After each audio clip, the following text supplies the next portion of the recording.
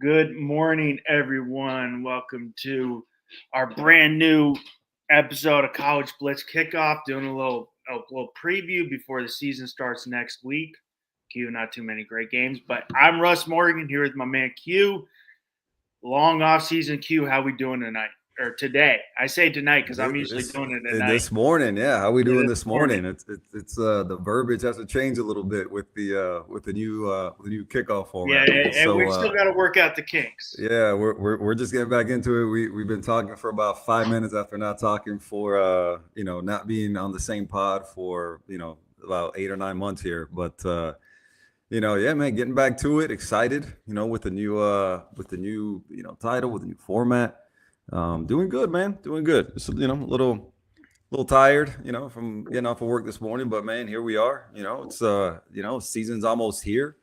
Can't wait to get started. Lots great storylines and lots of great teams to talk about and cover, as the season starts, but definitely excited to be back, man. How's everything with you? It's going good. Just started my new job, so I'm 2 weeks in with the kids. So I'm a teacher now. I'm full-time teaching now. With the I mean, Hellions. 3 weeks in, but the kids have only been back for 2 full weeks. So it's going good. Back with the Hellions. Yeah, it's a daily. It's not like I'm with the 11 to 13, 14-year-old kids, so they're all going through their puberty and all that. With the worst population of human beings on planet Earth. I mean, I'm lucky. I could be at a public. There's some bad public schools in Florida. Yeah. So I mean, I'm at a private school. Most of our kids are pretty good, which is good and pretty respectful. But sometimes you got to be like, sometimes I bite my tongue and like I really want to tell this kid like you're a fucking shithead. Yeah. And I think I've dropped a couple F-bombs on the 8th grade class, but like every teacher hated the class. Like they had like 5 good kids you could talk to, and like every other like just sucked. So I mean, I'm like, don't act like they got shocked. I'm like, don't act like you don't hear this at home. Yeah, you probably like you don't hear this on music. That you don't hear this on TV shows, movies, I had TikTok, whatever. Last week, 8th grade was there. I had 8th grader with like, he's like, can we go outside? I'm like, it's the last day. We're not doing work. And he dropped a very like inappropriate word with like 2nd graders walking around. And then I'm like, what'd you say? He's like, I didn't say anything. I'm like, are you serious? And I'm like, I'm not fighting with me. You got like 7 and 8-year-olds around. Yeah. But like the kids don't learn nowadays. Like when I was a kid, I'm like, okay, that got me in trouble. Maybe I'm not going to try to do that again. I get in trouble at school. I get a detention. I don't want to do that. Like learn from it. Kids don't learn. They just keep on like, nowadays they're just like, I can get away with it, but it's good. I remember growing up and my old man telling me, if you think for a single second that I'm going to believe you over a teacher that takes the time out of their day to call me and complain about you, you're crazy. So just know that if I get a call or your mom gets a call about you doing something at school, when you get home, it's on site. Like there was no, like I see, parents now, and listen, man, credit to them. It's and listen, I'm sure it's you can dissect it a bunch of different ways. Like, we won't get too deep into it, but now like parents are like, I believe my kid over everything and everyone, and da da da da da. Like my dad was like, absolutely not. Like if a teacher complains about you, the adult wins. Yeah. The adult wins, period, point blank. And when you get home, it's that ass when you walk through the door. Like, period. There was no way around it. There was no way around it. I will say probably most of our kids probably get a beating here and there. A nice little. I'd say few and far between. Few and far between today. Few and far between. I'm like, I would, but I'm like, people think I'm like, these are the parents. Punishment is belt ass, smacked in the butt. Wooden spoon. Nobody's punching a kid.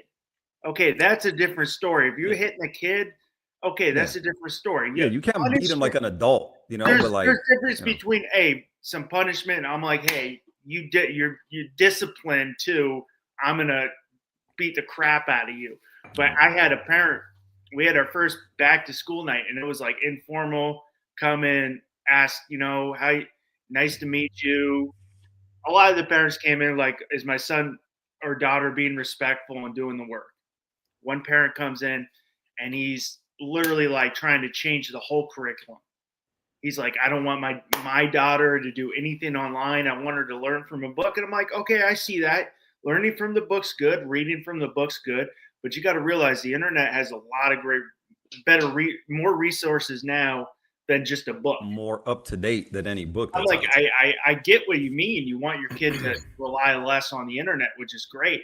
And he's like, I'm doing research and I want to change everything. I was like, dude, you might want to go talk to the principal.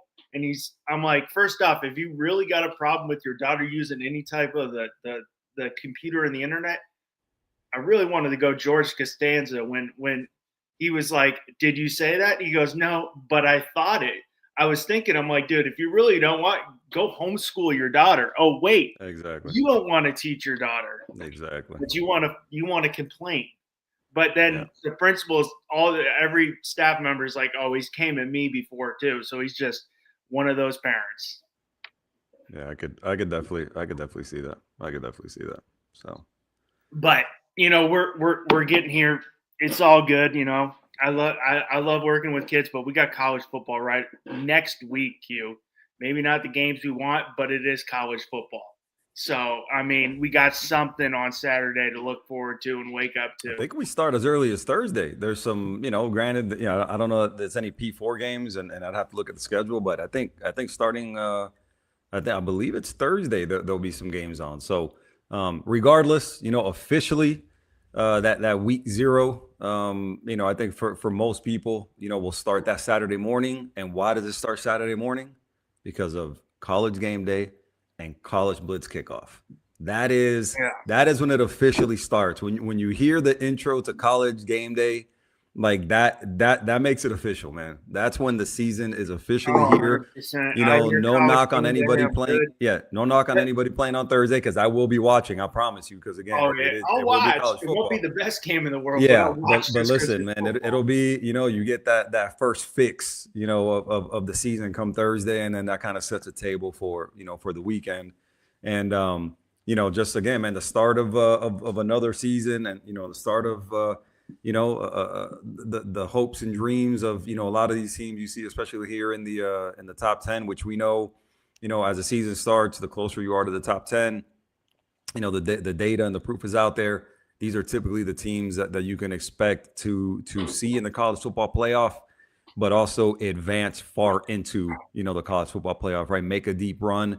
It's out there. If you can look at the past years, and it's very obvious. The teams that start closer to the top of the the top 10 are typically the ones you can expect to make that long playoff run come college football playoff time. Hey, Q, I need some football. Like I love watching. We do have some preseason. It just doesn't cut it for me. I watch a quarter, maybe a half at most, and then I'm like, I can't watch this. It's unbearable. I'm like, I need 4 quarters. Like, Yeah. I watched my first quarter of my Jets yesterday. Looked good. Got the W. Beat the Steelers.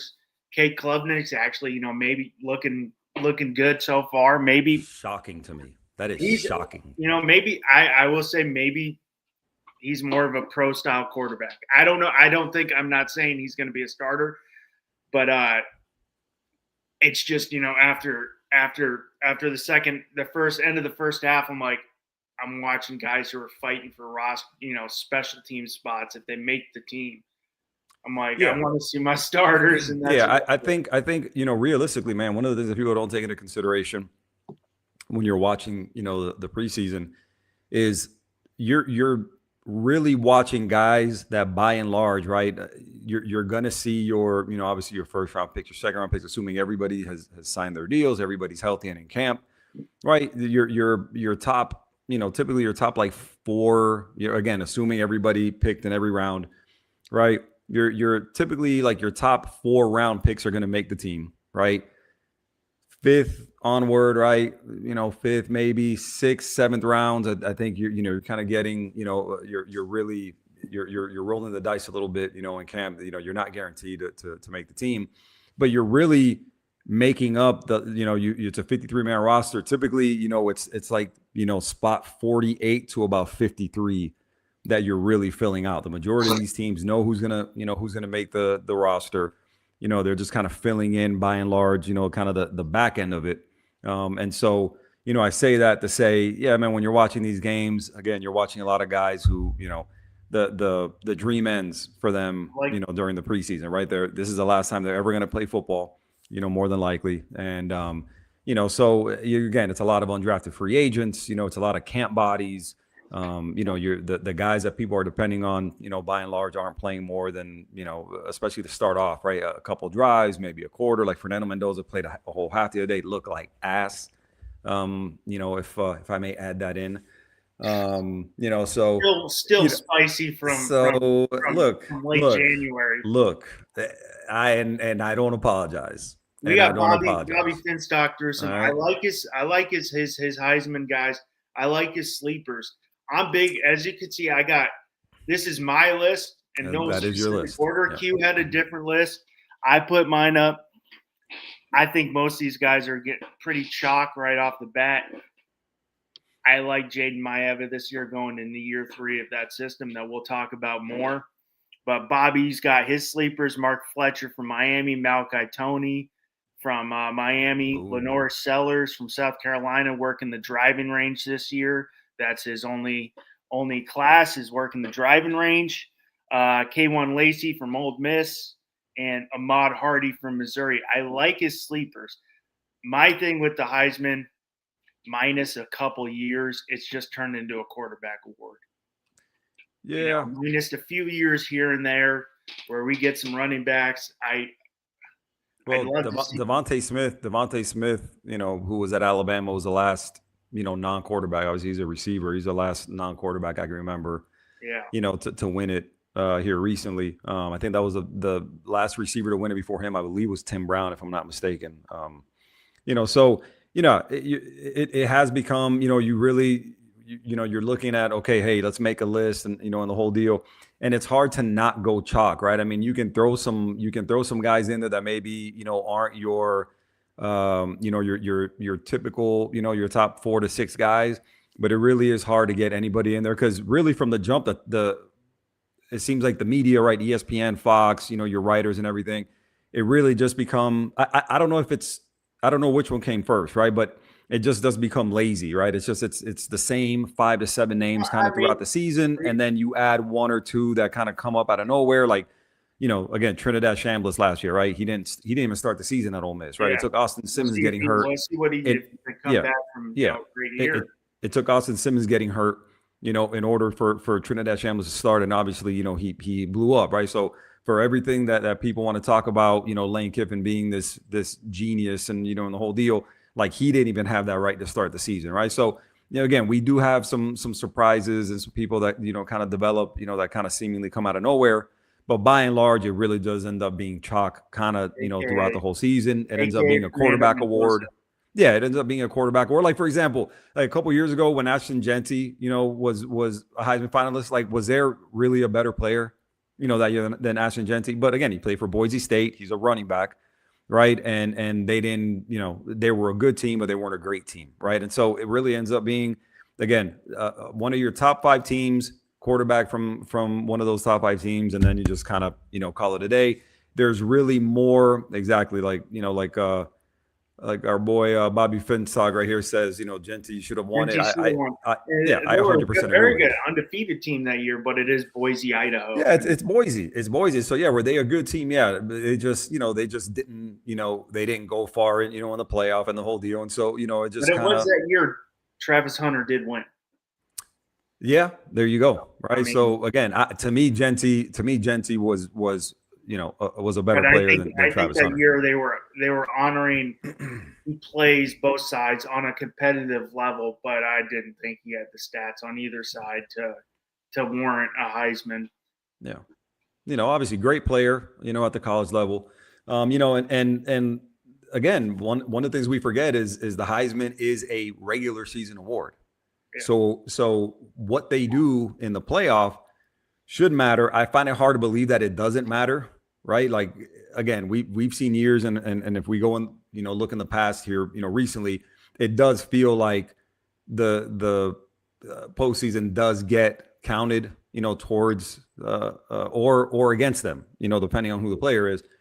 It's not supposed to. It is a regular season award. And if you look at that regular season, to me, I don't think you can compare, the seasons that Ashton Jeanty had and that Travis Hunter had. Again, Travis Hunter had, he had a great season. I just don't think he was more impactful than Ashton Jeanty was.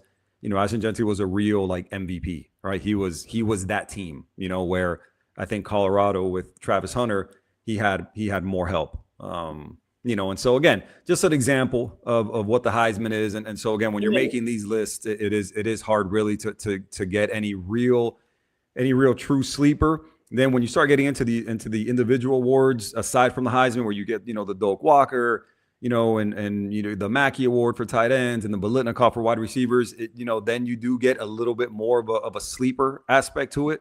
But with the Heisman, by and large, it really is chalk, and it's kind of hard to come up with any realistic list of that contains a true dark horse, given the nature of what the award is. Bringing up your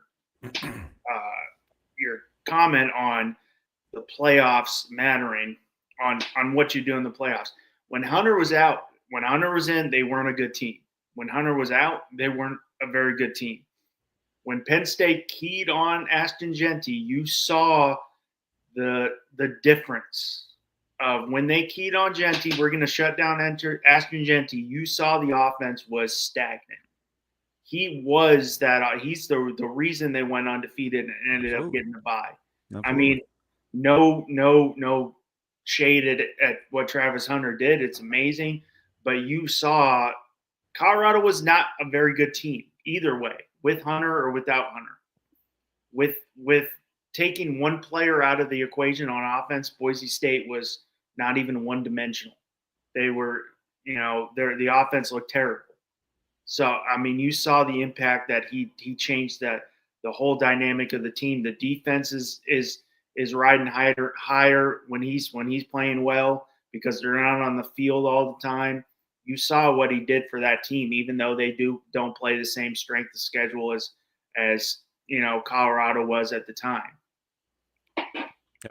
Yeah. I mean, look, it's just hard to say ball and then look at that team and think that year Travis Hunter was a better player than Ashton Jeanty. I mean, to me, and I'm not trying to be disrespectful, it's just, to me, I just don't see how he was more impactful. Like, yes, he was a really good player, right? But when you look at, again, even a team that people didn't really think highly of, even though they did land, and it's hard to, it's kind of hard to equate that and put it in those terms, because they did get that first round bye, and obviously now things have changed. The format changed from that time, and they got that first round bye because they were a conference winner.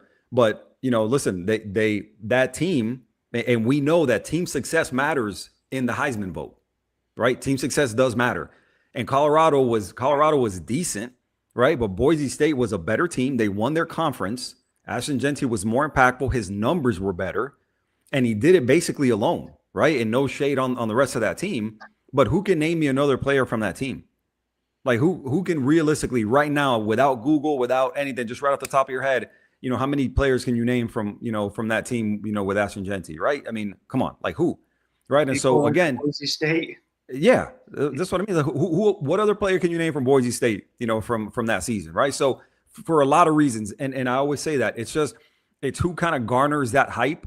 And to me, one of the things that Travis Hunter benefited from was the prime effect, right? Having Deion Sanders as his coach, he's just a hype machine, right? And if you remember that season, everything was like, oh my God, now all these guys are going to Colorado games and they're hanging The Rock and Michael Irvin and all these guys are going to Colorado games and they're on the sideline and they're doing interviews with Prime, and you got College Game Day at Folsom Field. And it's like, so the hype machine that is ESPN kind of got behind, that Colorado program.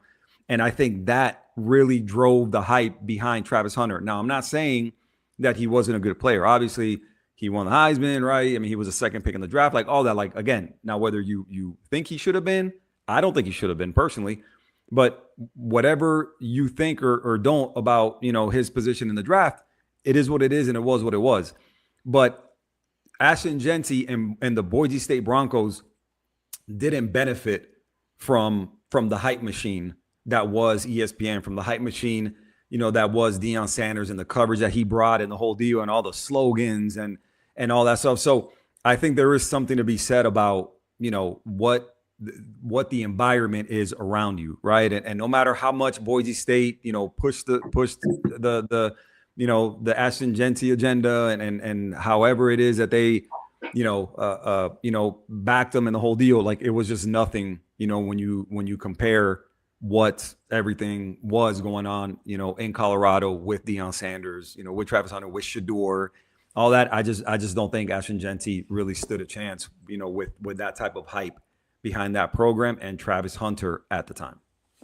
Well, I want to say it's College Blitz Kickoff, our first inaugural episode. Obviously, we rebranded last year. Going to do a little kickoff.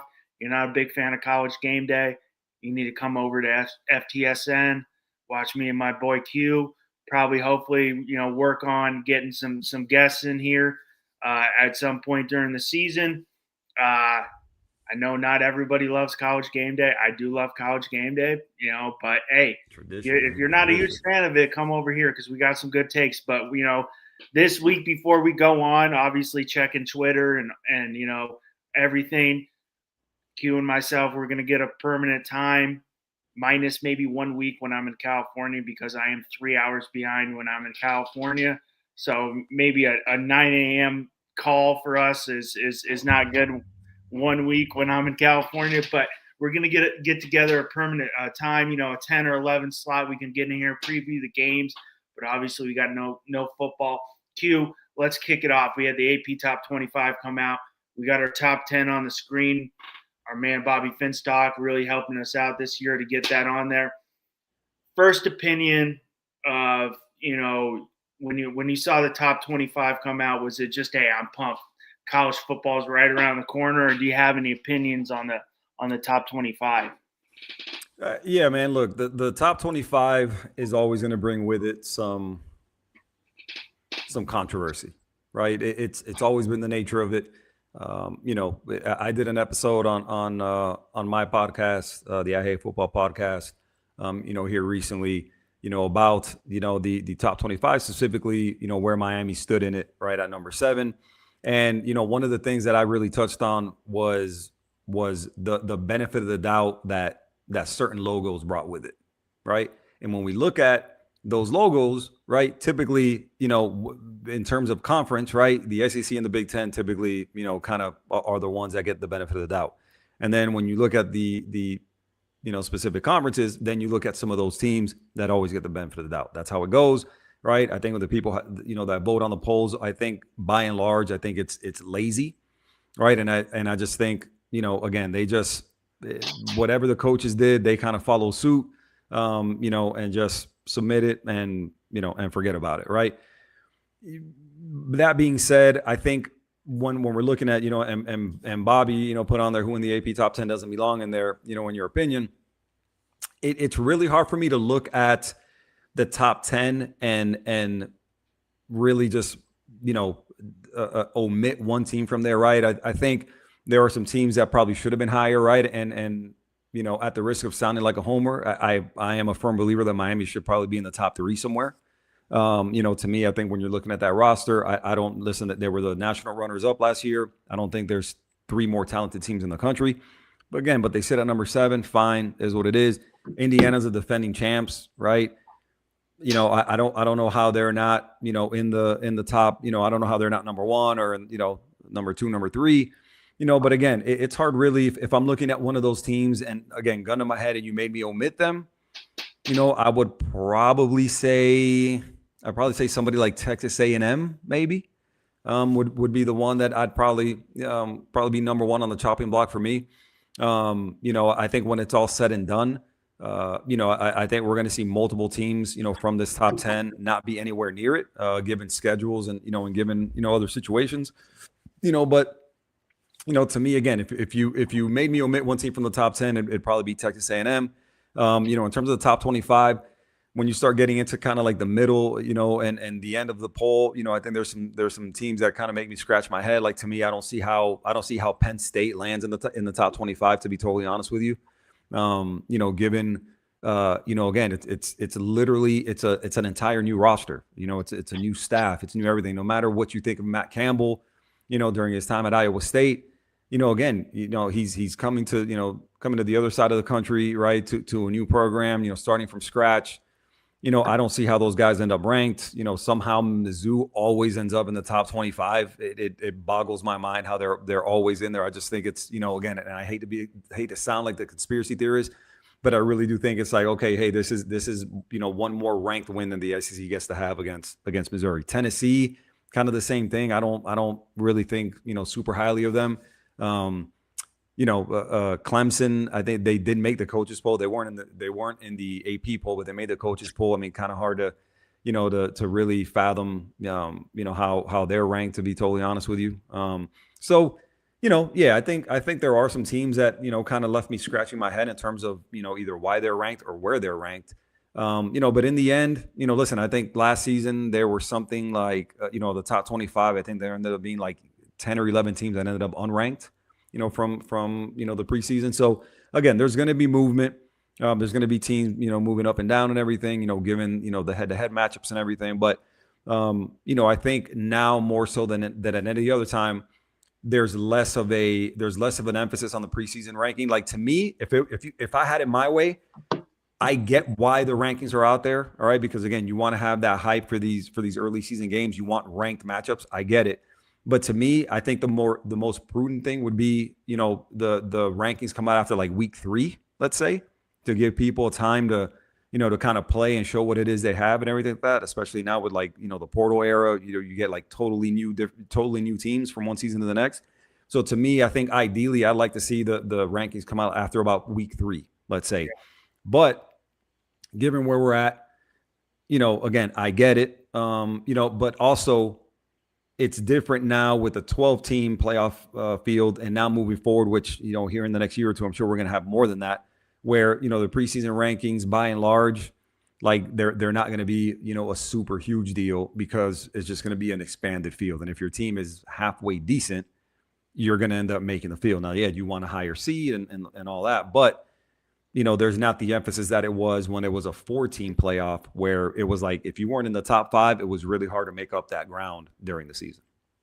I'm with you. I think my issue is maybe A&M probably being omitted, but I don't see any team outside the top 10, say in the top 15, top 16, that deserve that spot. I guess LSU, but I can't just give LSU a nod on being in the top 10 because you have Sam Leavitt, you hired Lane Kiffin. I want to see what they do on the field. Alabama doesn't deserve it. Texas Tech lose Brendan Sorsby after that tumultuous offseason. USC, BYU, Michigan type of thing. I don't see a way you could omit a top 10 team. Now my top 5 was a little different. I do have the same chalk 1, 2. I moved Notre Dame up to 3. I got Miami at 4, and then I was waffling. I think Texas would be my 5. I don't think Texas has a daunting schedule this year. But I can't make that. You can't make that opinion on a team as a top 5 just on looking at their schedule, going into the season. But I see your point with Indiana. A lot of years, the defending national title team is the number 1 team. But they did lose a lot. So, I mean, I think they're right there. Miami, I think, can be higher. Like I said, I think they should have been right there 4, 5, and the Notre Dame Miami will get a decisive opinion on that this year again with another, great matchup. Last year was a great matchup. This year should be another great matchup in South Bend. So, you'll get an answer on that. And obviously all the lead up to the Notre Dame, the playoffs last year was the Miami fans not happy Notre Dame was ahead. But at the end of the day, Miami fans got the answer they wanted, and it head-to-head played a factor like it should. I think I get where Notre Dame fans were angry, because I do have some Notre Dame fans that are like, if that was the case, why were we consistently putting Notre Dame ahead of Miami and then getting to the final, ranking and then just pulling the rug. I get that. They should have just right off the bat, okay, yes, Miami's got the head-to-head. They beat Notre Dame. They've got the head-to-head. They should be ranked higher. That's if you have a similar record, which at the time, yes, Notre Dame did have one loss, but similar record, head-to-head should play a factor because they did play the game on the field. So I kind of get where that would piss off a Notre Dame fan. But I think at the end of the day, the committee did get it right last year. And obviously Miami proved they did get it right because they did make it to the finals and made it a very competitive game there at the end, minus a Fernando Mendoza 4th and 8 touchdown. If they get stopped on that play in the national title, that's a whole different ball game. They're right there up 6 points. So they ended up getting it right at the end of the day. But I see where fans were like, why was this consistently putting us ahead? And then at the end, we change it. Like, if you're going off of, and we spoke about this last year, if you're going off of just like, if you're going, which we both agree, head-to-head should play a factor. If the records, I get it. If Miami was, 4 losses, you can't really say, oh, head-to-head plays a factor. But similar, they played on the field. You can't just be doing hypotheticals. You played on the field. It got decided on the field. Miami won the game. They should have been ahead. Now, if Miami was, 4 losses on the year, I get it, but they didn't. They had a similar record. Well, and also too, I think to kind of piggyback off that a little bit, I am a firm believer, and I don't think I have heard some people mention this, so I'm not going to say nobody has, right? But I'm a firm believer in that the argument wasn't Miami or Notre Dame. Like, to me, I think the argument was Notre Dame or Alabama. Yeah. Truthfully and fairly, when you look at what Alabama did, like this notion, in my opinion, that the a conference title game shouldn't count against you is BS. Yeah. Because it should. Because it's a game. Yeah, okay, you played an extra game, man. And you got smoked in that extra game. Like, you got it. You got the shit kicked out of you, pardon my French. But like, they looked really bad against Georgia. Like, they got dominated, right? And so when you look at them, they backed their way into the playoff. Testament to the fact that when they went and played Indiana, they didn't even put up a fight. They got shit. Like, they literally didn't put up a fight against Indiana. Indiana, I mean, they ran all over them. Like, they literally manhandled them, right? Like, they weren't playing well, right? They weren't running the ball. They weren't playing defense. So I don't understand. Like, Alabama got in again. Remember, like I said, it's logo recognition, it's brand recognition, and that's exactly what ended up happening with Alabama. Like, they discounted how they looked in the SEC title game, decided not to penalize them or punish them for how bad they looked. They're like, oh, well, this game doesn't count, blah blah blah. So they get smoked, and then they allow them into the playoff when they shouldn't have been in the playoff in the first place. I totally forgot about it. I'm like, I was like, you need to be pissed at Alabama. I mean, exactly. Miami was never the problem. Miami was never the problem. Miami, that they would have rather had Miami's 1 loss below, but they're playing very competitive football at the time. Yeah, I get that, but Alabama should have been. They got shit kicked by Georgia. They go out there. My buddy invited me to that Rose Bowl game. I was kind of hungover from the night before, so I was like, I'm good. He's like, you can just have the ticket. The person who, he bought the ticket for bailed out. He's like, you can just have it. I'm like, I'm good. When I saw that score, because I was back home for Christmas at that time, I was never so happy because I would have drove an hour and a half, 2 hours to the Rose Bowl, got there, and, Indiana put up, 48 points. Dude, it would have been miserable. It was never a game. Yeah. It was literally never a game. They got absolutely dominated. Right. So, I mean, this isn't, I really like Kalen DeBoer. I love his story. This isn't Nick Saban's Alabama anymore. And it's not Nick Saban's college football anymore. College football landscape has changed with the portal. As we've seen, the Big Ten has dominated, titles in the last couple of years. Absolutely. So this isn't the same college football anymore. And props to the the new NIL system has definitely made it more of an even playing field. Now, we both agree there needs to be some changes still, but it has even the playing field from where back in 5-6 years ago it's the SEC and everybody else. Now we see teams because of NIL and all that. We're seeing other conferences. If you just tune into college football last year, you would say the Big Ten's the best conference in college football. Yeah, absolutely. Yeah.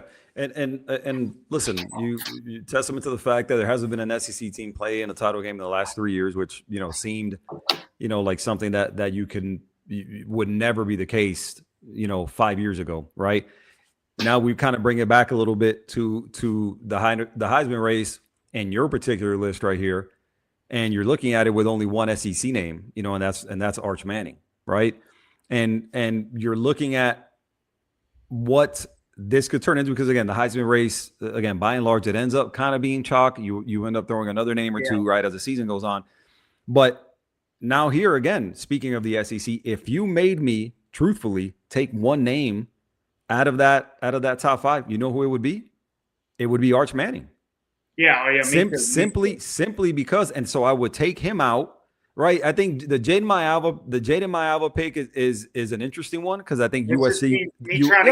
I get it. Yeah, USC. I think USC, when you're looking at what it is, that they've got, this year, right? And I've got their schedule here pulled up, right? And I'm going somewhere with this, so bear with me, right? So they start off with San Jose State, man. Then Fresno State, man. Then Louisiana, man. Right, Rutgers, man. Right, September 26th, Oregon. Okay. Next week after that, October 3rd, they got Washington, right? Then they got Penn State. We'll see what it is that they turn into, right? Wisconsin, probably not going to be any good. Then they've got Ohio State. Then they've got Indiana, right? Maryland and UCLA to close out. UCLA, we'll see what they turn into. Everybody's super excited about Bob Chesney. So I go through the schedule for this specific reason. When we look at Heisman winners, what is one of the phrases that come Heisman time, people end up really, really, harping on, and it ends up being kind of like the buzz phrase, Heisman moments. Yep. Right. Your Heisman moments. The opportunities there. Exactly. So they're going to be on prime time. So when you look at this schedule, right, this is what, and granted, now you can say the same thing for Arch Manning, right? Because the Texas schedule is super tough. But you're looking at this schedule for a guy like Jaden Mayava and going, there's a lot of opportunity here to look good, right? And so that is kind of what you need to have, right? Not only does your team need to look good, but you have to have, some of those games like last year, Mendoza, versus Penn State, for example. That was a game that by all accounts, they should have lost. Like, they should have lost that game. Mendoza put them on their back. Hits, I think it was Omar Cooper in the back of the end zone. They end up winning that game. And that, kind of like, that really started, he was there already. Yeah, he was there already, but that really like started the rise towards, okay, Mendoza's going to win the Heisman, right? As far as I can remember it. So you're looking around at all these names, and where some of the names kind of differ here is when you're looking at Darian Mensah and CJ Carr, where the schedules don't really play out in a way that you're looking at them and going, oh man, the Heisman moment, right? Because CJ Carr really only plays Miami, throughout the season, and Darian Mensah really only plays Notre Dame throughout the season. Now, there's going to be, I know for a fact, obviously, as a Miami fan, I know that schedule, and if you're looking at where they go play, right, they're going to South Bend, right, November 17th. Before that, they'll be, in Clemson, October 3rd. Right, they'll have Florida State at home. We'll see what that team looks like or doesn't look like. So he'll have a couple opportunities, right, with some of those games. But by and large, CJ Carr and Darian Mensah, they're going to have to look really good every single week, and their team essentially kind of blow teams out, because they're really going to have less opportunity than somebody like Jeremiah Smith and somebody like Arch Manning and somebody like Jay Mayava. One player you don't have on we were talking before the show started, was to me is a guy like Dante Moore. Now, again, I don't give a damn for Oregon. I have zero interest in anything, Ducks football, but he's a guy that when you look at, what it is he's got around him, and then, and the schedule, obviously the conference, is a guy who I think is going to have a lot of momentum, given the season he had last year, given that he was a guy that if he would have entered the draft, he probably would have ended up with your Jets, at the number 2 pick, right? And so, you're looking at, what he did last season. Again, you get the benefit of the doubt from the voters, given the logo on your jersey, the logo on the conference, and he's a guy who I know throughout the season is going to the hype machine is going to be behind him. I'm with you. I want to see more from Moore after his performances in the playoffs. He wasn't the best when the lights were brightest. He was okay, but he wasn't great, especially in the playoff. Like he looked like ass in the playoff. The Indiana game, he wasn't great. He played terrible in the playoffs. Exactly. He definitely stares down his receivers. I was, I know that me being a New York Jets fan, we need a quarterback. I was okay with it. I was like, hey, I think a lot of these guys come out because they see the money and how much they're going to get guaranteed, and they're not ready. Also, I don't think Dante Moore was ready for the NFL. I think it was a good choice. He's 20 years old. And everybody's going to say he doesn't want to go to the Jets. Okay, fine. Whatever. You don't want to come to the Jets, that's fine. We'll wait till next year. They weren't. It wasn't like they're going to go from I think I'm going with the Jets 5-6 wins probably at the most this year. Yeah, I mean, again, you're looking at that but I don't think if you bring in Dante Moore, you're going to go from 5 or 6 wins to a 9-10 win team. No, because he was still going to he was going to sit behind Geno anyway. So yeah. I mean, it's not like Dante Moore was going to play, at least to start the season, but right? I want to see more. Like you saw him against Texas Tech, you saw him against Indiana in the Big Ten title game. He looked abysmal. Yeah, no, exactly. Again, the other thing that you have to remember with this kid is, again, when the season ended, he was 20 years old. Yeah. Right. So the guy, he's not a finished product by any stretch of the imagination. Right. I mean, he's a guy who still has some things to work on. Right. I mean, going through his progressions and again, kind of being better in the big moment and so on and so forth. He's got a lot of talent around him. Well, he's got a lot of talent around him. A lot of people think. And you see Oregon's at 2. I don't know where you want to go. We want to continue on this Heisman, or we want to go in the top 10. I think we'll just get, we're rolling with the Heisman now. But let's roll down the Heisman. Let's roll down the Heisman list. Okay, we're rolling with this. My list, I think CJ Carr is going to be the best quarterback in college football by the end of the year. I love CJ Carr. I think he's going to be – now, I do agree with you, Q. They don't have many moments. You look at Notre Dame's schedule, there's not too many – hey, that's your Heisman moment, like when Cam Ward against Florida made that unbelievable pass in the back of the end zone. Even though it was early in the year, I'm like, okay, that's like a Heisman moment right there. They don't have many there. When Tom Brady comes out and says this guy is going to be a great quarterback, even though I'm a Jets fan, I agree with Tom Brady. The man knows how to evaluate quarterbacks. Darian Mensah obviously came from Tulane, had an unbelievable year, helped Duke get to that. Did they end up winning last year? They won the ACC. Yeah, they won the ACC, had an unbelievable year. I think he's going to be a step better this year just because of the talent. As great as Duke was, they can't get the players Miami can, because of the academic standards that they have at this school. Jeremiah Smith, unbelievable first, freshman year.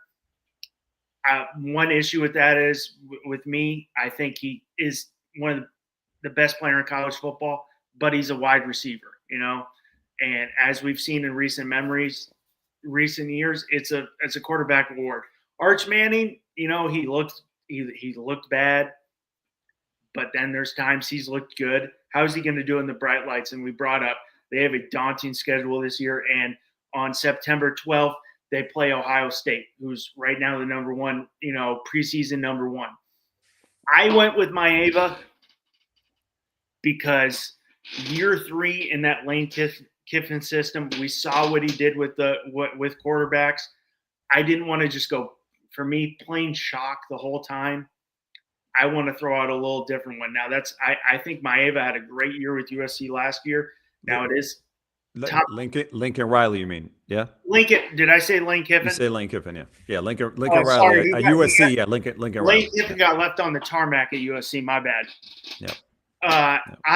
He's plus 20, 2,500, 25 to 1. So if you really want to, if you're a betting person, you really want to throw your money on a guy who's going to give you the best profit, throw it on Jane Maeva. Yep. And he's going to have that unlike, my 1-2, he's going to have those opportunities to get the Heisman moments playing Ohio State, playing Washington, playing Indiana. He's going to have more opportunities to have that Heisman moment. Yes, I do agree with you. Dante Moore can be right there. I like Bobby's sleepers, with Malachi Toney, Keywan Lacey from Ole Miss, who, really helped propel that team. And definitely they could have beat Miami if he didn't get hurt. That really affected the offense, even how great Trinidad Chambliss played. Right there, Lenore Sellers, we'll see what he does. I did like Bobby's sleeper picks there. Malachi Toney, the most exciting freshman we saw last year. And I'm definitely, me being a guy who just loves college football, I want to see what he does building off his freshman year. But that's just my list. I threw my, I didn't want to go pure chalk, Yeah. I think pure chalk after a while gets a little boring. I still want to see more from Arch, in my opinion. What is he going to do? I think Arch, started off kind of slower, picked it up, but in the big games wasn't all there. Let's see what he does. I think coming in, he's riding high off the Manning name. So, what's your list? Yeah, look, the in terms of my top 5 for the Heisman, man, I look, and so just so the viewers know, this is Russ's personal list right here, which again, good list. Like I wouldn't push back on it too terribly much. I mean, again, I think you have to like CJ Carr and Darian Mensah given the ease of the schedules and what we assume they're going to do against those teams, and again, it's hard to imagine. Any one of those teams loses, more than one game, possibly. I mean, again, if you listen to everybody and all the prognosticators, Notre Dame, is going to beat Miami on November 7th, which again, we'll see. Can't imagine, Notre Dame has more than one loss, when the season ends. I think that's kind of the same thing for Miami and Darian Mensah. I think Darian Mensah, and CJ Carr both going to put up big time numbers. Obviously it starts there, right? With team success, putting up the numbers. I think a guy like Jeremiah Smith, and I'm glad Julian Sain wasn't on your list. I think he's a guy that I think a lot of people, like I've seen a bunch of people saying that he's their pick for the Heisman, which again, I get it, right? But I think we're really going to see this year whether what we saw in the playoff versus Miami from Julian Sain is going to be right, because he had a little bit of Dante Moore in him, right? He had a little bit of Dante Moore where the lights got bright. And he kind of shrunk a little bit. Miami ate him up, right? And ate those receivers up and ate that offense up, right? Trust me, I was there for that game. I was in Dallas for that game, right? And I saw the way that offense, could not handle that Miami defense. And so we're going to see, okay, is Julian Sain going to take that next step from being a guy who affects, winning more than he did last year? Because again, everybody, talks about, there's 78% completion percentage or whatever it is. Yeah, that's cool. That's fine, right? But you kind of expect that when you're throwing to who it is you're throwing to, right? When you have the core receivers that they have and the offense that they have and the whole deal. So we'll see. I personally don't think he's going to be, in New York for the Heisman, but that remains to be seen. I think you can justify Jeremiah Smith. If you're looking at a non-receiver winning, Jeremiah Smith probably has my vote, right? I mean, he would be the one that I would expect to be in New York as a non-quarterback, right? So I can see CJ Carr, I can see Darian Mensah, I can see Jeremiah Smith. I think Arch Manning, I think his team is going to underachieve. I don't think he's going to put up the numbers and the wins necessary to be there. So I would take him out. Jaden Mayava, I think that's a great dark horse pick. I wouldn't be shocked, but I hesitate a little bit, but Trinidad Chambliss is a guy who I think is going to put up numbers. Right. I think we're going to see what that looks like now.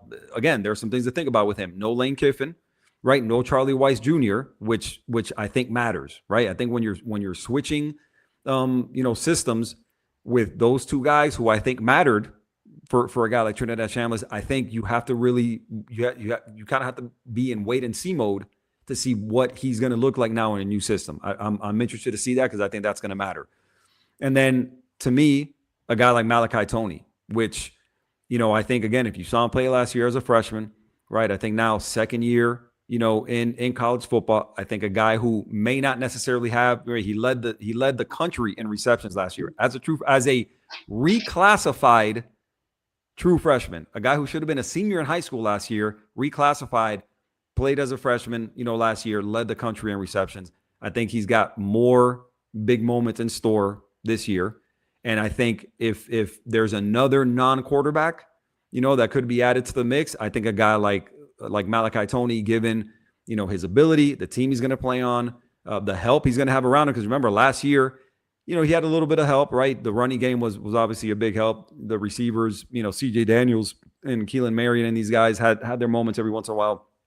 But he's a straw that stirs a drink, right? Now on the other side of him, you're going to have Cooper Barkate, who was a 1,000-yard receiver at Duke last year. You're going to have some other pieces around him.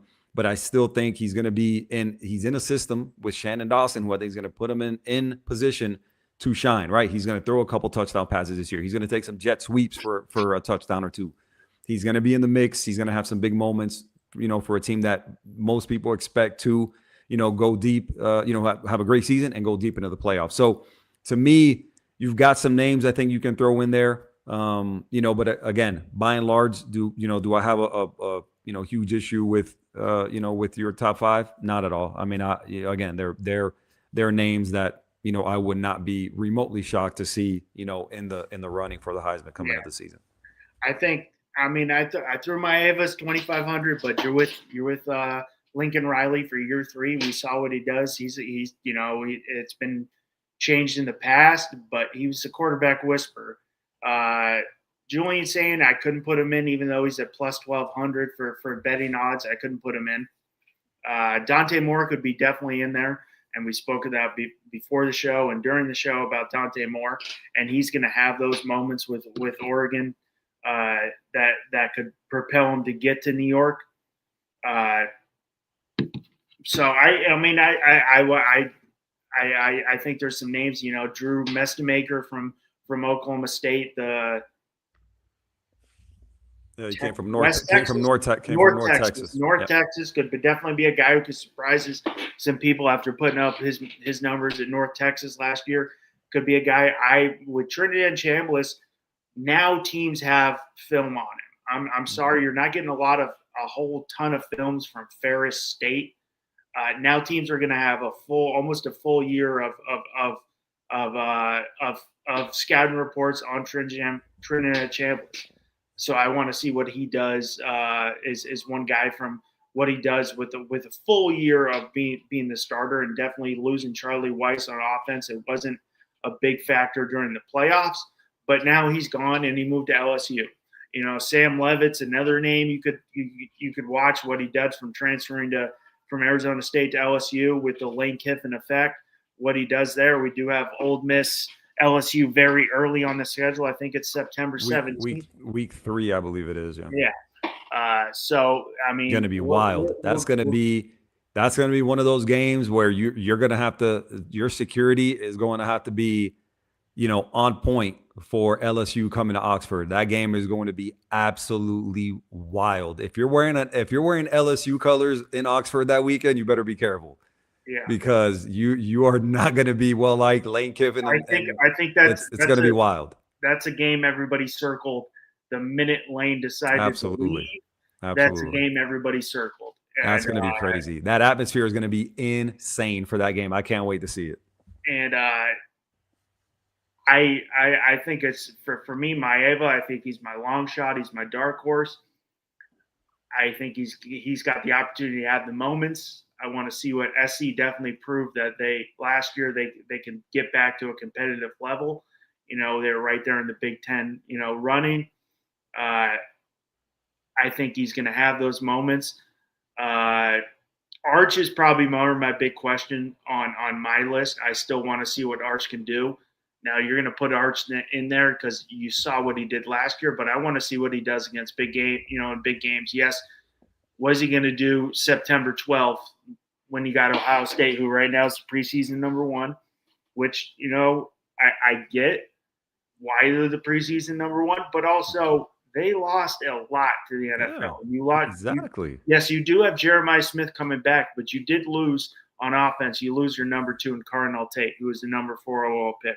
On the defensive side, they lost a lot on the defensive side. Dude, there's like 4 first-round picks from the defense. You lose Sonny Styles. You lose Caleb Downs, who you lose two big pieces. And Arvell Reese. They lost Arvell Reese. Arvell Reese, guy, and we spoke about it.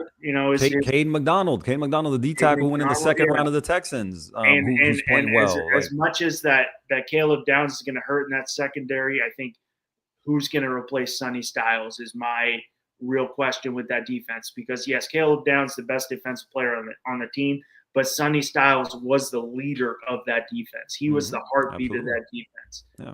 And you saw what he did. I mean, the guy had I don't know how many non-missed tackle games he had. So I'm really going to want to see what Ohio State's going to do to replace Sonny Styles. Not just all, Arvell Reese and Caleb Downs, but Sonny Styles was the heartbeat of that defense, in my opinion. As great as those other guys are, that guy's the emotional leader. Yeah, he was the emotional and vocal leader of that team. So I want to see what Ohio State. That's where it gets. Oregon for me at 2. I think you could have made a case for most, those top 4 teams, Miami and Indiana. Even though Indiana did lose a lot, Indiana's got a lot coming back too. You do get Josh Hoover coming in as a transfer. I wouldn't really complain. I see Georgia up there. I'm not really sold on Gunnar Stockton. I think he's good. Yeah. I think it kind of falls back to me with Gunnar, where the kind of the same thought process as with some of these quarterbacks, and now another year, right? Now there's a lot more film. Right, I need to see it. Right, he had a good year last year. Right, I mean, I wouldn't argue that he didn't have a good year last year. I mean, he had some good moments. I think when you're looking at that team, in terms of Georgia, I think the defense is going to be great to elite. I think the offense still. I think there's some question marks. I think I want to see. They've got talent on the O-line. I think we have to see that talent translate into a dominant running game in order to help out Gunnar Stockton. I don't think their receivers are super great. Again, there is talent, but it's not proven talent. So again, I think when you go down that list, again, I think every team has questions. I think, again, I'm with you on Ohio State, where, they lost so much. I mean, it's hard for me to imagine that you can replace all those draft picks on defense and go right back to it. Again, I remember before the Miami game, everybody's like, oh my God, this defense is generational and and again, they didn't live up to it. So, again, it'll be interesting to me. They do have the continuity on defense with Matt Patricia, which helps, and they always recruit well. So, I mean, they have that going for them. But, again, I think, you're looking around at, going back to your top 5. Again, listen, is there anybody with more pressure on them this year than Arch Manning and Steve Sarkisian? I mean, truthfully, no. You look around, there are teams. Yes, Ohio State has if you want to call it pressure. I mean, there's always pressure in Columbus, right, to win. But they've won a title, recently, right? Oregon, right? I mean, they're going to be good. They've never won anything. Georgia, I don't know how much pressure really you can put on Kirby Smart. I mean, he's won 2 titles. Notre Dame, I think, with them not having won a title since '88, I think there's always going to be their media darlings, and they're always in at the forefront of everybody's mind when you talk about college football. And you look around, Indiana just won one. I think obviously Miami has to prove that they weren't a 1-year deal. Texas A&M's never won anything, so I think there's pressure on them. Ole Miss, can they do it without Lane Kiffin? Oklahoma, can John Mateer live up to the hype? Right, so you go through the entire top 10, but I don't know that there's a team in the entire top 10 that you look at with more pressure and more what if than Texas. Yeah. When you look at the money that program has at their disposal, what they spend, right? They brought in this kid Hollywood Smothers from Louisville, who's a really good running back, right? They went out into the portal and paid money for guys like Cam Coleman and so on and so forth, right? You're looking at what it is they pay to that roster, what the expectations are, right, given those dollar figures, and then the schedule, right? I mean, listen, if this team goes out and loses, which can happen, if this team goes out and loses like 4 games, the amount of bad press that is going to come to rain down in Austin and on that program is going to be really interesting to watch. Because I'm telling you, there is a world and there is a scenario where this team loses 3 games, 4 games, is in a couple more dogfights given that schedule. Yeah. So the pressure, to me, I don't think there's a program with more pressure on it this year than Texas. And I don't think there's a head coach with more pressure on him than Steve Sarkisian. And I don't think there's a quarterback with more pressure on him this year than Arch Manning. So, listen, we'll see. We'll see. Everybody's saying, this is the most talented roster Texas has ever had. Listen, man, I don't know that my money is on Texas, winning the SEC, or going too terribly far, in the playoff if they do make it. We'll see. If they make the playoff, they will have earned it. I will say that because the schedule is tough. They will have earned their way into the playoff. But I am not of the thinking that it's a foregone conclusion that Texas makes a college football playoff. I am not. And on top of that, anytime they see Georgia across the field from them, they fold. Georgia always handles them, right? And so again, there's a lot of things there that I think Texas has to battle. And really has to show for the first time with Arch at quarterback. I think, and I don't know that they can. If you're looking at the schedule, and this is where you can't really put, I'm going to put their schedule as a factor of keeping them out of the top 5. You're going off of pure. No, you can't. You can't. You look at you got Ohio State week 2 in Austin, which is perk, but that's 1 versus 5. You've got Texas going to Rocky Top, which, still going to be a tough place, always a tough place to play. You got, Texas, Oklahoma, Red River Rivalry. You've got Texas, Ole Miss. You've got Texas, Missouri, who's top 25. You got Texas, LSU. You've got Texas A&M. They've got a daunting schedule. Yep. Yeah, that's Oregon's always a team. If you talk about Notre Dame being a media darling, Oregon is right up there with them, and it's because of Nike and it's all the flashy uniforms. Oregon has never done it since Marcus Mariota left. It's always Oregon. Big game comes around, Oregon can't get it done. And they've got the flashy numbers since they had Chip Kelly. They always have the great offense. I want to see what they can do. Oregon, now Oregon's got the hype. You've got Dante Moore, who's projected to be a high pick, to see what they can do. Georgia, I don't think there's much pressure on Georgia this year, which we don't see. You usually see a lot of pressure on Georgia. It's got to win it all. You got Kirby Smart. Notre Dame, they've got a cupcake schedule. They've got Miami. But so the medium darlings, they've got the best TV deal in all of college sports because they're not in a conference, and I don't blame them. If you're telling me in the NIL days, I don't want to be in a conference, it works out perfectly because if they do make the college football playoff and win games like they did in the year, previous to this year, they keep all that money themselves. They don't have to divvy it up to the conference. So, and you keep all the money from your TV rights with NBC. I am with you. I think Texas got a lot of pressure. We've been hearing about the Texas hype with Sark since he came there, and then he got Arch. This is year 2 of Arch, year 3 in the program. We'll see what he can do. People, we're talking about Arch his freshman year coming in. He's going to be the number 1 overall pick before he even took the field. Well, let's see what he can do. Indiana lost a lot. They still have a lot coming back, and I still think they're going to be good. You get Josh Hoover. We'll see there. Miami, can they build off the hype? Can they build off what they did last year? You had Darian Menza, who put up amazing numbers at Duke.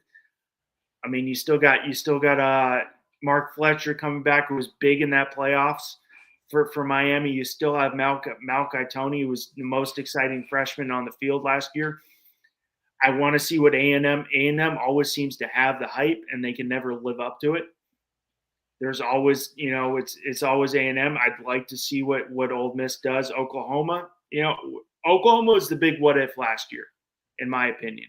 It was they started off so great, and then Mateer, breaks his thumb and was never the same. We'll see what he does. It could have changed if he stayed healthy all year. As always, Oklahoma's my biggest what if. And who's your coach? Who's that? Oklahoma? Yeah, Brent Venables. Venables just secured like a 60-year deal. Yeah, they extended him for big money. With like 11 mil a year. So, he's something like that, yeah. 10 and a half, 11, something like that. And I know SEC gets all the love, but people in Norman, Oklahoma fans don't put up with losing. Yeah. And, they'll be good. Oklahoma's going to be good. Oklahoma's going to be like a top 5 defense in the country. I think Mateer with another season, under his belt in the SEC, right? I think he'll know the lay of the land a little bit better, right? Another year for was it Ben Arbuckle, who I think is the OC they brought over from Washington State, right? Just more comfortability, right? More just again, just another year of playing against these defenses that I think is going to make him more comfortable. Guys, the guy can do it all, right? He can run, he can throw. They're going to have great receivers around him, right? The O-line is going to be good, right? So again, I can see Oklahoma being really good. I want to see a full year of material. I mean, exactly. Yeah. I mean, if he's healthy, right, he's going to be healthy, right? Another year in the SECs, right? So I think it's going to help him. And I think, again, he's going to have the benefit of having a really good defense. So again, like we talked about, I think if you made me, omit one team from the top 10, and Deepwater says, hey, I don't know about OU. Yeah, man. I mean, look, I'm not guaranteeing you anything. But again, I think I'm going to give a guy like John Mateer the benefit of the doubt, a guy he's a really talented guy. Let's not forget Deepwater. As a Miami fan, I don't know if you were one of the ones, but there was a lot of Miami fans hoping that, again, before they landed Carson Beck, John Mateer was one of the guys that I know they were really, really clamoring for. And I was one of those people. I would not have minded John Mateer being, the quarterback of the University of Miami last year. So again, he's a guy who, I don't know that there was ever really a really big question about where he was going. I think Ben Arbuckle landed at OU, and Mateer followed him. But again, I think they're a really good team. They're a talented team. I am fairly certain they're going to be at worst a top 10 defense in the country. So, again, I think they've got a chance. I'm not saying they're going to win a title. But I wouldn't be surprised if they're a team that, maybe plays in the SEC title game, for example. That wouldn't surprise me. And they were right there last year. They were right there. Absolutely. Yeah, they made the playoff. Remember, they made the playoff. You're coming back from injury. They still made the playoffs, had some very big wins on the schedule. Exactly. To me, I would take them over Ole Miss in the SEC. I would take them over Ole Miss, and I would take them over Texas A&M, me personally. That's just me. I don't know if Deepwater agrees or not. I like Marcel Reed, but big games, lights are brightest. Do I like him? Yes. Do I love him? No. And I spoke about this, in past with you. That Miami A&M game, great game overall. Yeah, it was an exciting game. It wasn't a great, but also, the wind. They were playing in a damn, in a hurricane. It was a great game because it was a nail biter. Yeah, but it wasn't a well played game. There was no offense, and Marcel Reed didn't do it for me. Yeah. He didn't get it done when the lights are brightest, and you're in Kyle Field, which is one of the biggest stadiums in college football, right up there with Knoxville and Rocky Top, and that place is a raucous environment. He didn't get it done. It didn't matter. Miami still won it. No, didn't Hey, a win's a win. Even if it's ugly, you win though. You win. A win's Absolutely. A win. Absolutely. Yeah. Is there any team? I know we're going all off of all this top 10, top 25. It's all. Hey, real quick, before we go on, and I know Bobby's got he's got the controls and stuff. So I mean, we can't see the comments. I know we can't post them on there. Deepwater says Trinidad. He says he would take OU over. There it is. So he would take before this one, right? He said he would take. When he says over A&M, yes. So he's talking about Oklahoma. He would take Oklahoma over A&M, not over Ole Miss, right? Trinidad is a real deal. Yeah. So listen, and I don't know if you were on already, Deepwater, when we were talking about it. My answer to that is we have to wait and see what Trinidad Chambliss does this year without Lane Kiffin and without Charlie Weiss Jr. I think that matters. I don't think that's nothing. Okay.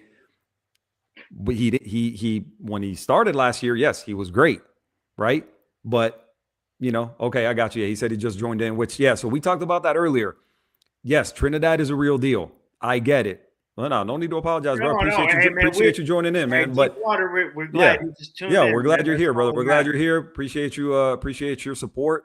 And I'm just telling you that we talked about it earlier. And my concern was, yes, he is back. He's back with the team. But who isn't back, I think, is just as important. Because when you're looking at Lane Kiffin and the offense, that he brings to the table, a guy like Charlie Weiss Jr., right? As a guy who I would imagine he would tell you was a big help for him last year, right? Those are your guys, right? Your play call, your OC / play caller / quarterbacks coach, right? All those three positions are being replaced this year for a guy like Trinidad Chambliss, right? So I think that matters. Now, do I think they can still be really good? Yeah, I still think they can be really good, right? You got, Keywan Lacey. I think you got some guys outside. You lose a guy like Dejon Stribling, right? They had a good tight end that they lost, so on and so forth. So I think we have to wait and see. But I think what he doesn't have, is that continuity on the offensive side of the ball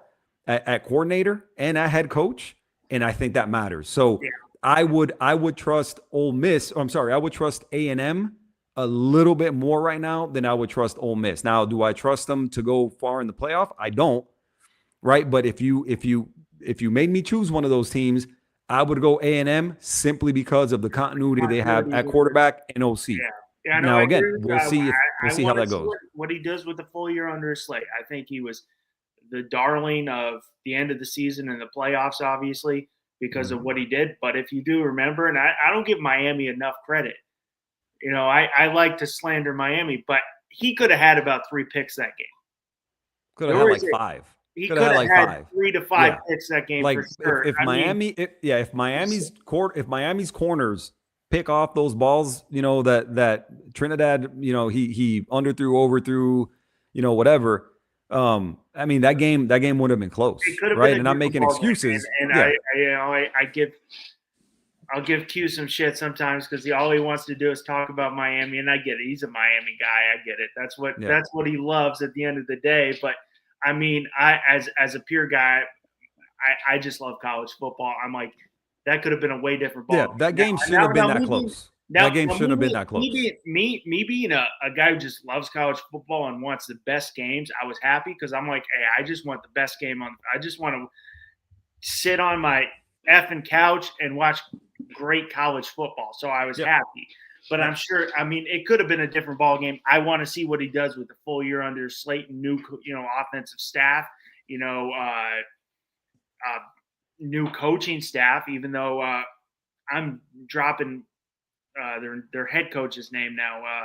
Pete Golding. Pete Golding, yes. It's going to be a full year, to see what he does. I would agree with you on A&M just because of the continuity with the same coaching staff. I would probably put Oklahoma above. I want to see Oklahoma full year Mateer if he can stay healthy. He was a Heisman front runner early in the year, and then he got hurt, and that hype was gone because he got hurt and was never the same quarterback because of his thumb with the throwing hand. Is there any team outside? Obviously, it's all speculation right now. These rankings, the top 10, you could see week 3, week 4, week 5 pushing their way in. That's a little surprising, or just a team outside that could deserve a top 10 bid. Ooh, man, we'll definitely we'll have some movement, in the top 10. Just kind of given the nature of these schedules and everything. I think, look, man, we know that if they show that they're good, the media will back them. And I think a team like USC, because again, man, we always kind of have to go back to the conference. We have to go back to, the particular team, right? The head coach people. Lincoln Riley is a guy who, again, we mentioned, the head coach. We mentioned, what could drive, some of the hype. And I think a guy like Lincoln Riley drives hype. Deepwater says it right there too. And LSU kind of came to mind also. But I think more so in Deepwater, I don't push back a ton, right? Because in all seriousness, LSU was kind of on the tip of my tongue. But where I give USC more of the credit is the continuity, right? Because Russ touched on it. Jaden Mayava is in year 3 in the system. Lincoln Riley, right? He's a little bit more established. So I think given the fact that Lane is it's not that there's not talent, right? But we know what Lane is capable of, right? We assume we know what Sam Levitt is, but you got to remember, Sam Levitt is making that transition. Sam Levitt is going from the Big 12 to the SEC, right? And so again, a guy like John Mateer, you saw I don't, John Mateer wasn't, I think, what people expected when he got to Oklahoma, right? He came from, from the Pac-12, over to the SEC, and I think there was an acclimation process. Granted, he hurt his thumb and the whole deal, so that had something to do with it. But I think, to me, if I'm comparing the two and you're making me choose which one of them I could see a higher ascension quicker, then I would have to go with USC because, again, Lincoln Riley has been there. Jaden Mayava has been there, right? There's that continuity, which I think matters. I think it's important. So would I be shocked to see LSU in the top 10 at the end of the season? No, I wouldn't, right? But I think that given what is established there already, and he said that Riley has to prove it, I think his seat is getting warm. I don't push back on that. I wouldn't push back on the fact that if he doesn't look good this year, that I think there could be some whispers and maybe some rumblings about what his future is like, right? And Lane Kiffin has the benefit of it only being his first year, even though there's a ton of money that has been spent on that roster. So that matters, right? And LSU, that matters. Remember, they got rid of Brian Kelly, who was averaging 10 wins a season, right? But had not won an SEC, hadn't been in the playoff, right? So again, the prove it deal, I don't push back on, right? And again, I think year one, even though there's a lot of money spent on that roster, I think with Lane, I think you give him the benefit of the doubt and that it is his first year. But Lincoln Riley, I say I would trust him more in terms of being in the top 10 quicker, given that, again, he's been there, right? He's got the continuity, which I think matters. I think goes a long way. So either one of them, I wouldn't be surprised to see them in the top 10 sooner rather than later. Given the movement that inevitably there will be. But I think, in my opinion, and for my money, USC gets her a little bit quicker because I think there's less of an acclimation process for Lincoln Riley than there is for a guy like Lane Kiffin. Well, Q, I was really hoping you'd go a different way because I didn't want the same opinion. But I was like, oh, please just go LSU, and then I could say USC. But I think USC is definitely – Maeva showed it last year. He could have came out of the draft and could have possibly, been a first-round pick last year because of the lack of QBs we saw last year. I think Lincoln Riley, yes, I agree with Deepwater. I think he is kind of on the hot seat after securing that. As the kids say, he secured the bag at USC. But this is also, USC is a blue blood program too. I mean, since Pete Carroll came there, it's Los Angeles. The hype's there, it's LA. Pete Carroll changed everything at USC when he came to USC. They were not a good program. And then he came, they ended up, splitting for the title with Carson Palmer. You have a couple Heisman winners there under quarterback with Palmer and Matt Leinart. Year 3 for Maeva, we've spoke about it and don't want to repeat ourselves, but the continuity of the staff. You're not getting a new offensive coordinator. You're not getting a new head coach. You have that continuity. Your guys. LSU, I want to see it. Well, obviously, Sam Leavitt, was good when Arizona State made the playoffs. Kind of hurt last year, but you're moving now to the SEC. Big 12, it was a decent conference. It's no SEC.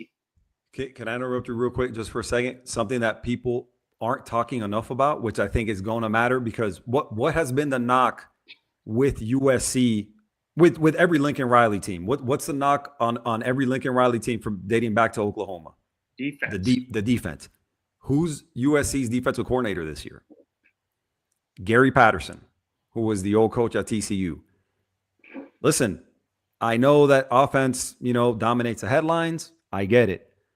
But low key, I think a guy like Gary Patterson in LA at USC that needed some toughness, right? Which most Lincoln Riley teams do, right? Because they're super finesse. I think low key and not being talked about enough is a guy like Gary Patterson and the difference he could make year 1 at USC and what that could mean for them moving forward, with that defense kind of matching the offense. So I'm really interested to see how that goes. Now that he's not a head coach anymore, he had a really good run at TCU, right? Made a title game, got smoked by Georgia, right? But made a title game. He was at TCU and successful for a long time. So, and he knows defense. That guy knows how to coach defense, right? His personality, right? His ability to coach and the whole deal, given the talent he's going to have at USC. Really interested to see how that works out for USC with Gary Patterson as a DC. I think that's going to make a huge difference for them and their chances to have a good season and go far in the playoff.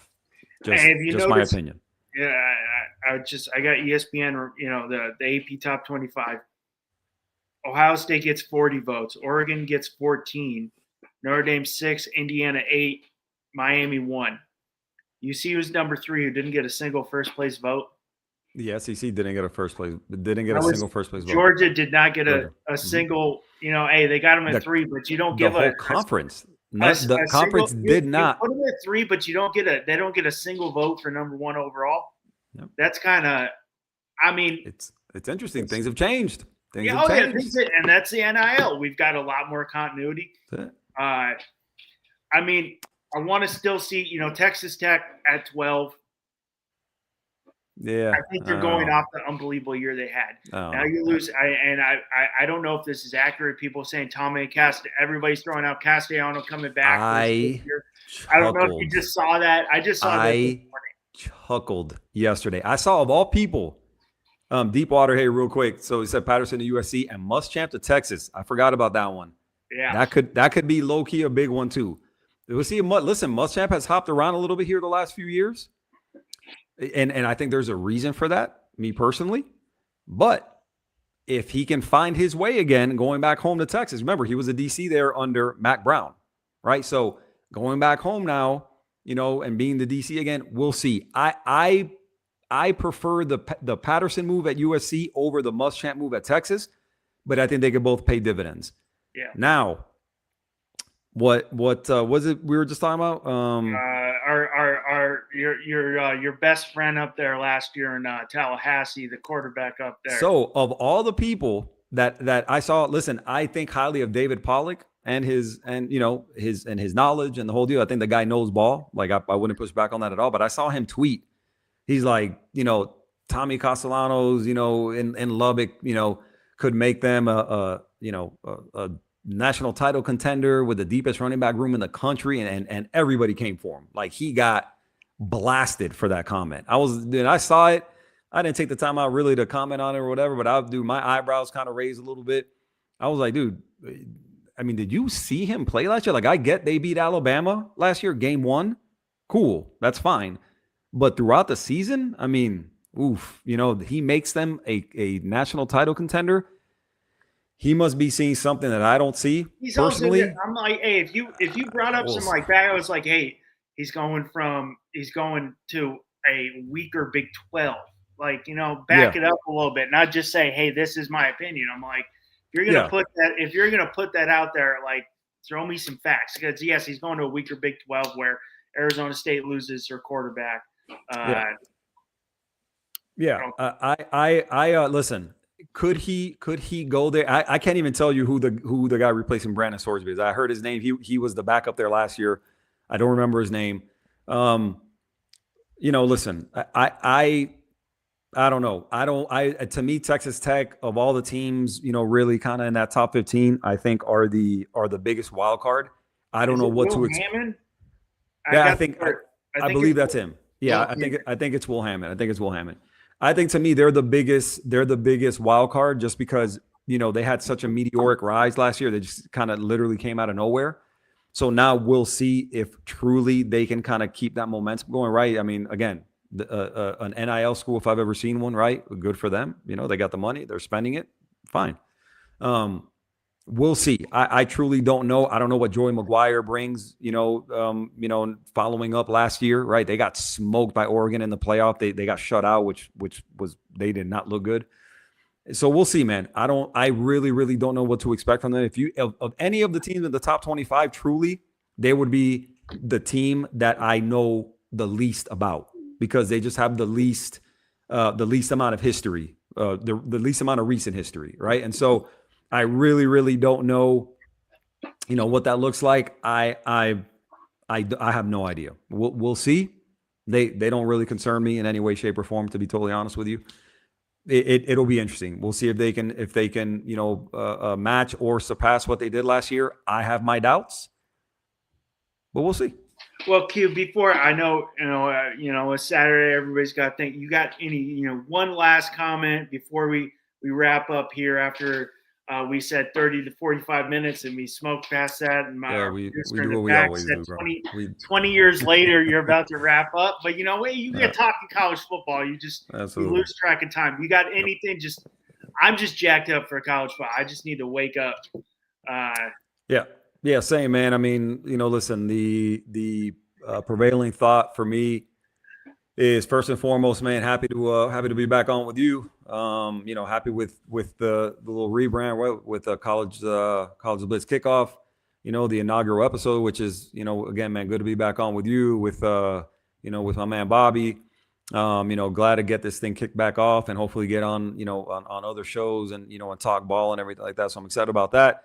As a Canes fan, I'd be remiss, if I didn't mention them and the potential they have this year. I think they're, appreciate you joining in, Deepwater. We'll see you soon, man.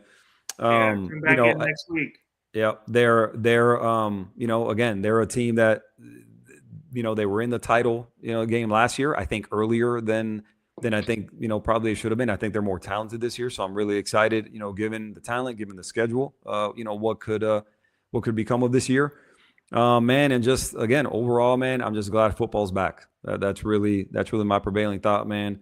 I cannot wait to see what happens in college. Obviously, the NFL. I'm going to be watching also, but I'm just really glad on both ends, man, that football is back. Can't wait to see how the season goes. Yeah, I'm pumped. Same here. I'm just happy football's back. I'm happy we're going to have actual competitive football that means something on, even if it's not the best games next week, excuse me. I'm still going to be watching and ready to go. So I'm happy. But I know me and my man Q here, we said about 30, 45, just to introduce our new show. We kind of got going there talking college football. So we apologize a little longer than I know my man Q's got some stuff. It's a Saturday, but everybody tuned in, Deepwater, make sure, keep an eye on Twitter. Me and my man Q are going to get together, get a time together, tune in next week for our College Blitz kickoff. Chris Gonzo, thanks for tuning in. Always thanks for our man behind the boards there, Bobby Finstock, always, doing a great job starting our show, dealing with us for going a little long and setting up a great setup for us so we could look good and we could pop. But make sure, keep an eye on Twitter, wherever you get your information from to see the new time show when we get it this week, because me and my man Q got to, discuss our times. But I'm pumped for the season. I'm pumped. The new format looks great. I'm pumped for this new time slot to get out here, talk a little pregame. I'm just pumped for the season and ready to go. I guess you want me to finish this off here, Q? Wrap it up. This is College Blitz Kickoff. Here, our premiere episode of College Blitz Kickoff here on FTSN. I'm Russ Morgan. Here is my man Q. Tune in next week for another great show of college football. Follow us. Follow Russ on Twitter, Russ on Deck 2. You can follow me at Hey Football Pod on X. Find us on YouTube also, Hey Football Podcast. That I do with I go by myself. I bring on Will from the 305 Sports Now podcast, a pretty good bit. Adrian Rainey, so on and so forth, man. Everybody else on the FTSN network putting out great content, man. It's got some great shows on there. Go on there, log on to the site, find the shows. There's always something good on there for you. Got a lot of variation of shows and everything on there, man. So go on there, follow the page, follow the shows, subscribe to all of them, and you won't be disappointed. You good? Good night. All right, brother. Hey, for everybody out there, appreciate you guys joining in. From my boy Bobby Finstock, my boy Russ, I am your boy Q. We will see you next weekend. Y'all enjoy it. Talk to you soon.